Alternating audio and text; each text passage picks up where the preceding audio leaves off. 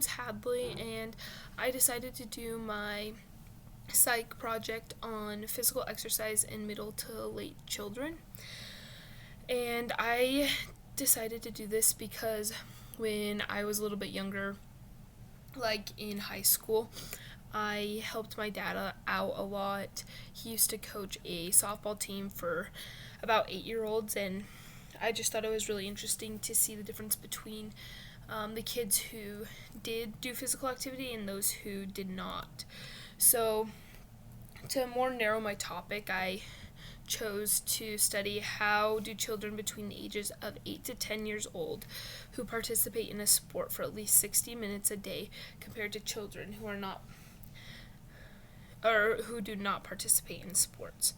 So, I decided to do a big range of people in different kinds of sports.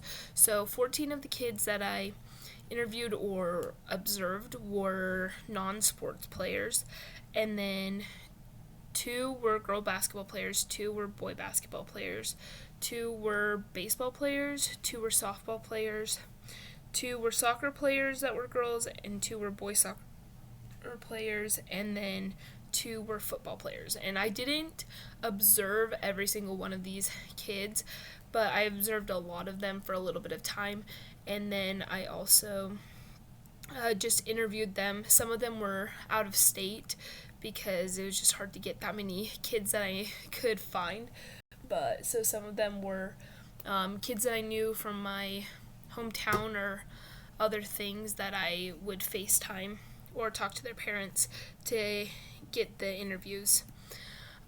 So my time spent on this project, about 4 hours were spent observing children who participate in sports and other physical activities outside of school. 4 hours were observing children who did not participate in sports or other physical activities outside of school.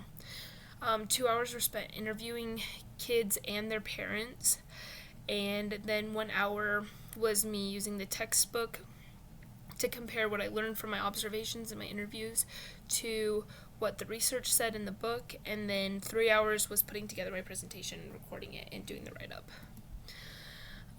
So what I did was I interviewed the children, I interviewed their parents, I just asked them specific questions that related to each other. Sometimes I asked them the same question to see how much the parents knew compared to like what the children actually said about themselves, and then I just spent time with the kids throughout the day. I took some of the time to go observe different practices to see like how intense the physical activity was, and then I spent the other time just like observing, and then I compared what I learned to the book.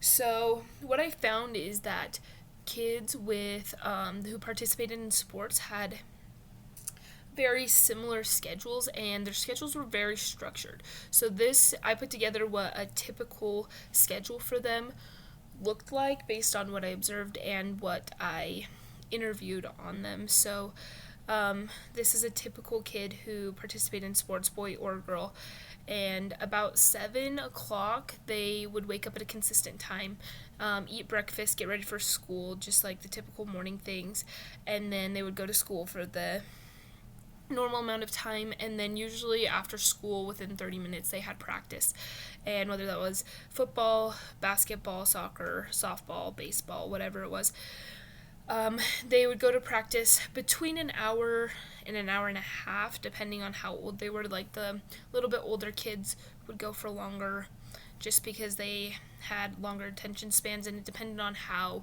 intense of sports that they played. So if they just played rec league, it wasn't as long. Then they would come home, eat dinner, do homework and chores, and I found that a lot of the kids who participated in physical activity, for some reason, they had a lot more structure at home, and they often did have to do chores, even if it wasn't as what's the word I'm looking for, like intense chores, if that makes sense. But they had like some work that they had to do around the house, and then they spent the time after that for about an hour and a half ish. They had time to just free time to play outside or watch TV or whatever, and then they usually had a reading time before bed, and then they got ready for bed and went to bed. at, and all of them had a structured bedtime, and it seemed to be around 8:30. Some were a little later, closer to 9, and some were like a little earlier, closer to 8, but around there. So this was like the typical schedule. I did find that during their free time, a lot of them chose to participate in outside activities. So they would go back outside with their friends and play in the neighborhood, or they would do something physical, ride a bike. And though they did also participate in like video games, or sometimes they would watch TV, it was not as much. A typical schedule for those who did not participate in sports was a lot more scattered, a little less structured. So some of these kids woke up really early and they would like watch TV or play video games. And then some of them would wake up really late because they had stayed up the night before, and they would have barely any time to get ready for school. And then they would go to school like normal, and then when they came back during the time where the kids who had sports and stuff would do their sports, these kids would often do video games. There were some that watched TV. There were some that played outside, but I found that a lot less of them did. They also ate dinner, did homework. Some did chores, but a lot less of them did have chores that they had to do. And then they had free time again, which usually they chose to do video games, iPads, something like that, something electronic. And then they got ready for bed, and I found that their bedtime was a lot later, and on average it was around 10:30.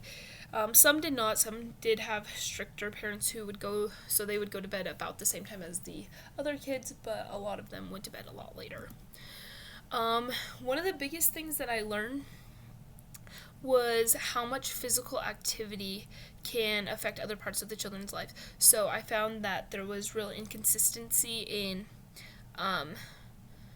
like the schedules, as you saw before, in those who did not participate in sports. And I think that was because they didn't have things to fill their time, and a lot of them, their parents had not come home from work yet or something, so they didn't have those parents there to tell them like what to do. So they just had a lot more free range in like what they're doing, and they chose to like play video games and stuff, and then that just like made their schedule very scattered.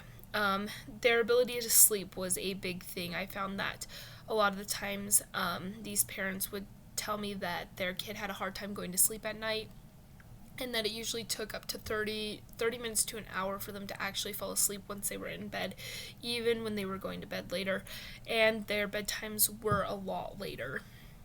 And then also the time that they woke up in the morning, as you saw, was very scattered. So that was a big thing I noticed.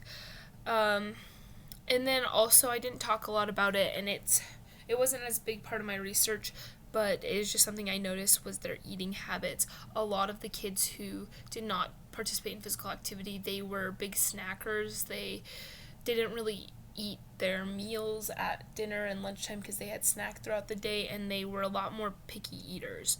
So that was something very interesting that I found. And I just realized at the end of this, comparing to the book and seeing the negative aspects of all of this, that it seems to be healthier for the child, and then also better for them as they grow up, to just have them participate in some sort of physical activity for at least 60 minutes a day. So that is all of my research. Thanks for watching.